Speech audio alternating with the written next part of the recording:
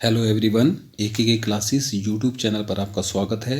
दोस्तों, आज की इस वीडियो में हम उत्तराखंड सामान्य ज्ञान से संबंधित महत्वपूर्ण 40 एमसीक्यूज़ को करेंगे, जो कि उत्तराखंड की आगामी सभी प्रकार की प्रतियोगी परीक्षाओं के लिए महत्वपूर्ण होंगे।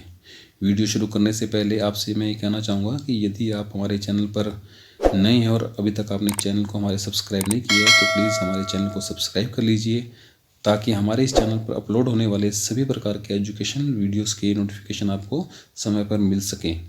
तो चलिए वीडियो को शुरू करते हैं। पहला प्रश्न है, उत्तराखंड का उल्लेख सर्वप्रथम किस ग्रंथ में मिलता है?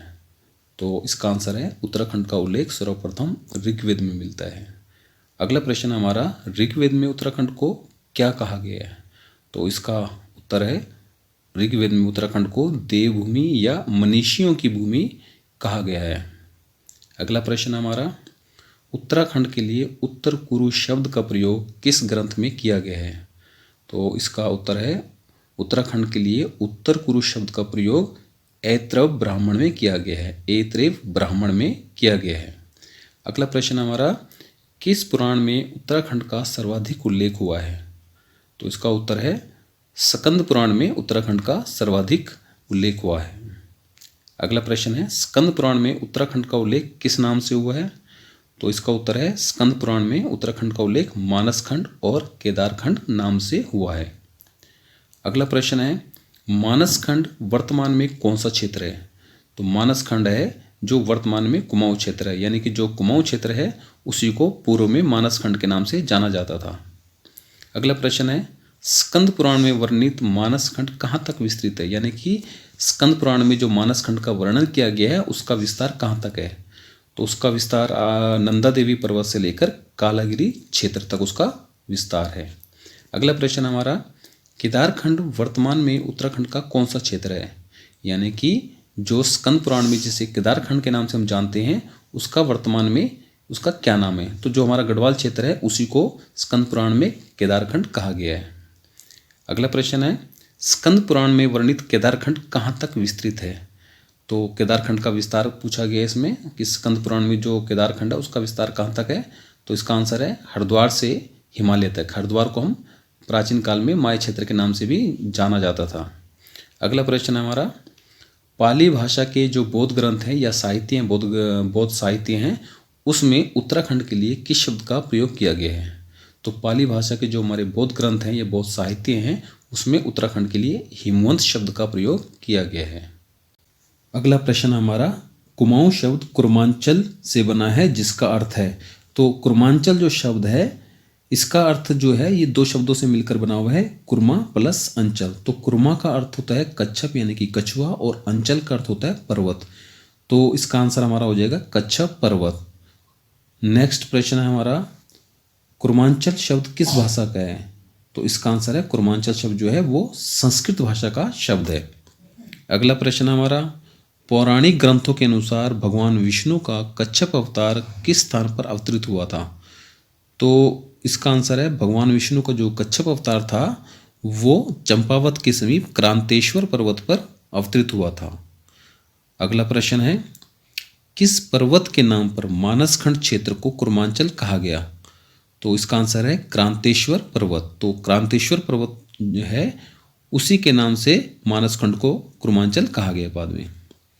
अगला प्रश्न हमारा, स्कंद पुराण के अनुसार भगवान विष्णु ने चंपावत के निकट किस नदी में कच्छप का रूप धारण किया था जिसके कारण इस क्षेत्र का नाम कुर्मांचल या कुमाऊं पड़ा था?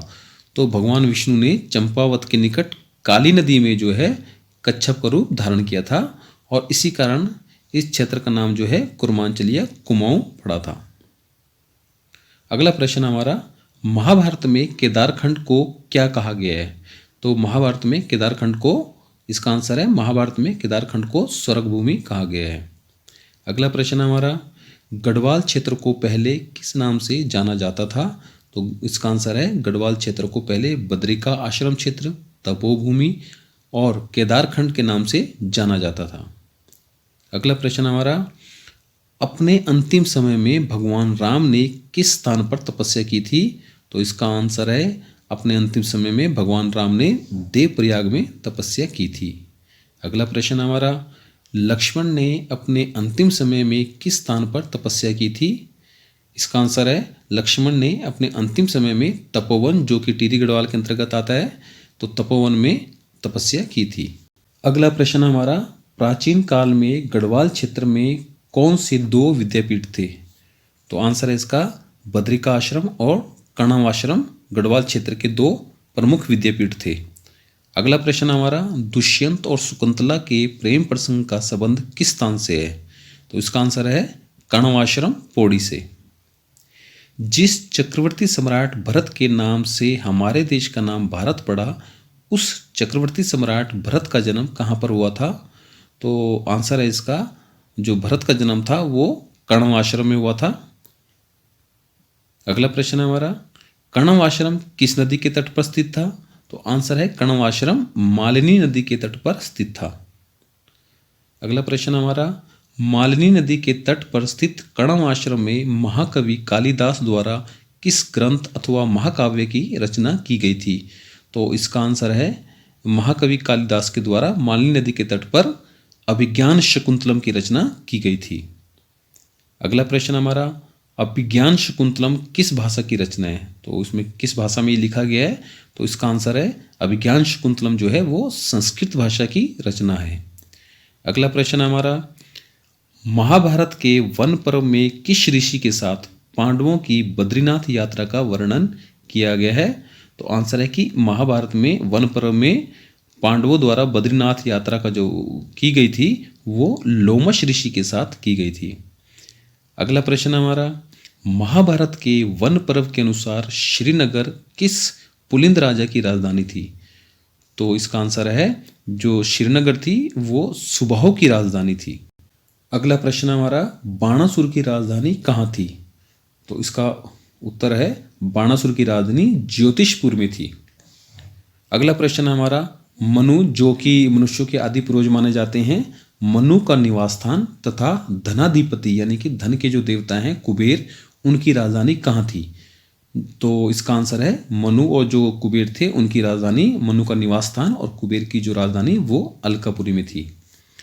अगला प्रश्न हमारा, प्राचीन ग्रंथों में केदारनाथ को क्या कहा गया है? तो इसका उत्तर है प्राचीन ग्रंथों में केदारनाथ को भृंगतुंग कहा गया है। अगला प्रश्न हमारा, स्कंद पुराण में किस बुग्याल को नंदन कानन कहा गया है? स्कंद पुराण में किस बुग्याल को नंदन कानन कहा गया है? तो इसका उत्तर है जो फूलों की घाटी है उसी को स्कंद पुराण में नंदन कानन कहा गया है। अगला प्रश्न है, देहरादून के जौनसार भाबर स्थित लाखा मंडल से प्राप्त शिलालेख किससे संबंधित है? जो देहरादून में जो जौनसार भाबर है वो वहाँ पे जो लाखा मंडल है वहाँ से जो शिलालेख मिले हैं वो राजकुमारी ईश्वरा से संबंधित हैं। अगला प्रश्न हमारा, अल्मोड़ा के जाखन देवी मंदिर से किसकी पुष्टि होती है? तो उत्तर है इसका अल्मोड़ा के जाखन देवी मंदिर से यक्षों के निवास की पुष्टि होती है। अगला प्रश्न है, देहरादून के कालसी नामक स्थान से 257 ईसा पूर्व का एक शिलालेख प्राप्त हुआ है जो किस राजा से संबंधित है? तो जो देहरादून के कालसी से जो एक शिलालेख प्राप्त हुआ है जो कि 257 ईसा पूर्व का है वो किस राजा से संबंधित है? तो इसका उत्तर है मौर्य शासक अशोक से संबंधित है। अगला प्रश्न हमारा, अशोक का जो कालसी शिलालेख है किन नदियों के संगम पर स्थित है? जो कालसी शिलालेख है वो किन नदियों के संगम पर स्थित है? तो इसका उत्तर है कालसी शिलालेख जो है वो टोंस और यमुना नदी के संगम पर स्थित है। अगला प्रश्न है, अशोक का कालसी शिलालेख किस भाषा में उत्कीर्ण अथवा लिखा हुआ है? तो अशोक का जो कालसी शिलालेख है वो पाली अथवा ये पाली भाषा में या प्राकृत भाषा में जिसे कहें उसमें लिखा गया है। अगला प्रश्न है, कालसी शिलालेख में उत्तराखंड के लिए तथा यहाँ के निवासियों के लिए किन शब्दों का प्रयोग किया गया है? तो जो कालसी शिलालेख है उसमें उत्तराखंड के लिए अपरांत और जो उत्तराखंड के निवासी है उनके लिए पुलिंद शब्द का प्रयोग किया गया है। अगला प्रश्न हमारा, उत्तराखंड पर शासन करने वाली प्रथम राजनीतिक शक्ति कौन थी? तो यहाँ राजनीतिक शक्ति की बात की गई है तो उत्तराखंड पर शासन करने वाली प्रथम राजनीतिक शक्ति कुणिंद शासक थे। अगला प्रश्न है, किस शिलालेख से यह प्रमाणित होता है कि कुणिद शासक मौर्यों के अधीन थे। तो इसका आंसर है, इसका उत्तर है कि जो अशोक का कालसी शिलालेख है उससे हमें पता चलता है कि कुणिद शासक जो थे वो मौर्यों के अधीन थे। अगला प्रश्न है, और जो इस सीरीज का, इस पार्ट का ये अंतिम प्रश्न है, 40वां प्रश्न है। उत्तराखंड के किस राजवंश को प्रथम ऐतिहासिक राजवंश माना जाता है? तो उत्तराखंड के जो कार्तिकेयपुर राजवंश है उसको उत्तराखंड का जो है प्रथम ऐतिहासिक राजवंश माना जाता है।